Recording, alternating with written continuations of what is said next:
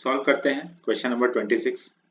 Because of the friction between the water in oceans with the Earth's surface, the rotational kinetic energy of the Earth is continuously decreasing.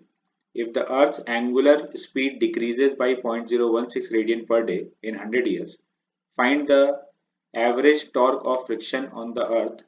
Radius of Earth is 6400 km and its mass is 6.0 into 10 to the power 24 kg. Situation ये है कि अर्थ का rotational kinetic energy decrease हो रहा है और इसका कारण है अर्थ के सरफेस और ओशियन के बीच लगने वाला फ्रिक्शन।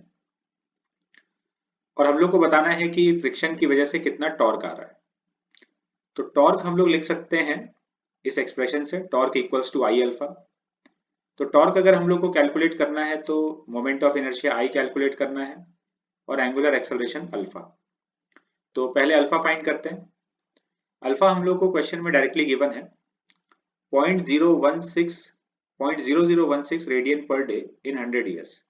इतना एंगुलर वेलोसिटी अर्थ का डिक्रीज कर रहा है इन 100 ईयर्स। तो ये हो गया डेल्टा ओमेगा और ये 100 ईयर्स हो गया delta T.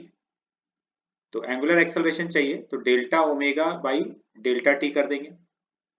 0.0016 radian per day ये डेल्टा ओमेगा हो गया divided by delta T 100 years. तो ये आ गया एंगुलर एक्सेलरेशन। इसको एसआई यूनिट में कन्वर्ट कर लेंगे तो डे को कन्वर्ट कर लेंगे सेकेंड्स में, तो 24 इंटू 60 और ये जो ईयर्स है इसको कन्वर्ट कर लेंगे सेकेंड्स में, तो 365 डेज इंटू 24 इंटू 60। तो ये अपने पास आ गया एंगुलर एक्सेलरेशन इन रेडियन पर सेकेंड स्क्वायर। अल्फा आ गया, मास गिवन है, रेडियस गिवन है। तो अर्थ को हम लोग सॉलिड स्फीयर कंसिडर कर सकते हैं तो उसका मोमेंट ऑफ इनर्शिया हो जाएगा 2/5 mr²। एम और आर का वैल्यू पुट कर देंगे तो आई आ जाएगा और अब यहाँ से हम लोग को torque equals to I alpha से टॉर्क मिल जाएगा।